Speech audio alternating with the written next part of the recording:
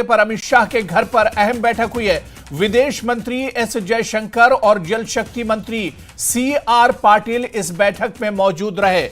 तो काफी अहम, क्योंकि लगातार बैठकों का दौर चल रहा है और इस बीच खबर आ रही है कि गृहमंत्री अमित शाह के घर बहुत महत्वपूर्ण बैठक हुई है। सिंधु जल समझौते पर अमित शाह के घर पर बैठक हुई है और इस बैठक में विदेश मंत्री एस जयशंकर और जल शक्ति मंत्री सी आर पाटिल भी मौजूद रहे।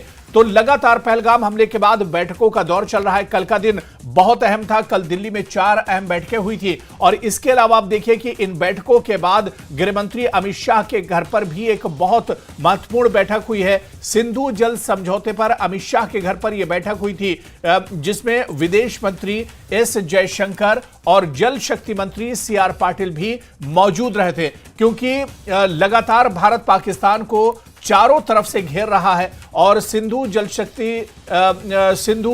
समझौते पर, जल समझौता जो है, इस पर पाकिस्तान एक तरह से तिलमिलाया हुआ है और सभी जानते हैं और पाकिस्तान अच्छे से जानता है कि सिंधु का अगर जल समझौते पर सख्ती से भारत अगर अमल करता है तो पाकिस्तान कतरे कतरे पानी को एक तरह से मोहताज हो जाएगा, बूंद बूंद पानी के लिए मोहताज हो जाएगा। और जिस तरह से बैठक हुई है, ऐसे में लग रहा है कि कोई बड़ा कदम भारत की तरफ से उठाया जा सकता है, क्योंकि इस बैठक में गृहमंत्री अमित शाह के अलावा विदेश मंत्री एस जयशंकर और जल शक्ति मंत्री सी आर पाटिल भी मौजूद थे। आगे की रणनीति क्या कुछ होगी, आगे की मंसूबाबंदी क्या कुछ होगी केंद्र सरकार की, इस पर यह अहम बैठक थी। सिंधु आबी समझौते को लेकर यह बैठक बुलाई गई थी। सिंधु जल समझौते पर यह महत्वपूर्ण बैठक थी, जिसमें जल शक्ति मंत्री सी आर पाटिल भी मौजूद थे, विदेश मंत्री एस जयशंकर भी मौजूद थे और गृहमंत्री अमित शाह के आवास पर ही यह बैठक बुलाई गई थी।